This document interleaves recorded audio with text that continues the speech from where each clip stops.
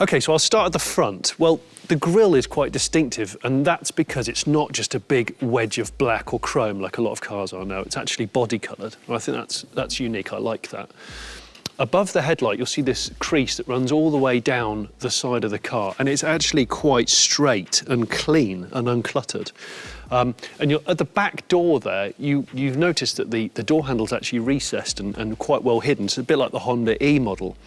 I quite like the fact that there's that waistline that's flat, because a lot of cars now, the back door kicks up and it means that there's less window space. Was it like what? Okay. It kind of goes up like that. And if you're a small kid, and I've noticed this from my kids, they can't quite see out of the window and they start to get travel sick. So it's a small thing, but it's actually significant on a long journey. Then that crease goes into the back lights. It's got like this full width, neat light cluster there. And then below that, it's a really kind of flush, recessed back bumper that I think is quite distinguished. I'm into that. And actually, talking of the lights, this has LEDs all round on the HR-V.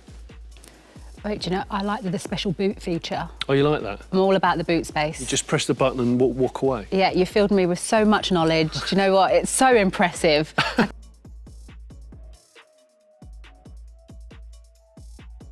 Now, with a focus on cabin comfort, the seats are half stitched leather, half soft fabric, and they're heated.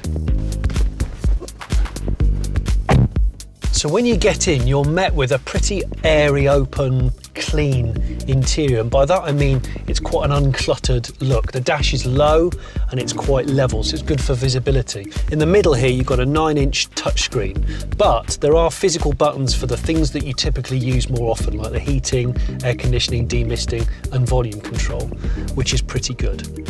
You've got the ignition power button just here on the right-hand side, and then you've got a physical button down here for your drive mode, which is eco, normal, or sport, next to the electric handbrake. And then there's 4 USBs, 2 here at the front, and then there's 2 at the back for the rear passengers, just behind this armrest here.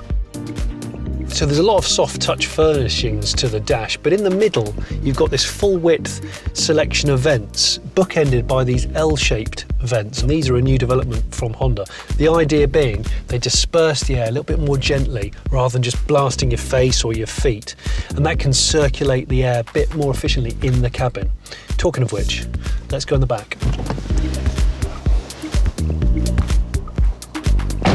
And that spaciousness continues in the rear of the cabin.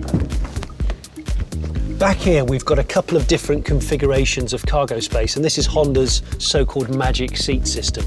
Here, we've got what they call the tall seat function. So the bottom swings up, locks out, and you can put things like tall pot plants or big dogs in here. The seats split 60-40 at the back, and both of them go down like this, completely flat. And then if you want to store extra long stuff, you can put the passenger seat right down like this. Then for humans, well, the good news is there's almost a completely flat floor in the HR-V. There's actually more space in this HR-V than the previous model. Loads of headroom, better legroom, especially for the person sitting in the middle at the back. And again, a feeling of openness and airiness. And the space continues back here with the interior. If I give it a pretend kick, power tailgate goes up and you're greeted with a huge amount of storage space. Very, very useful, good shape. And then I press that and I simply walk away. And there you have it.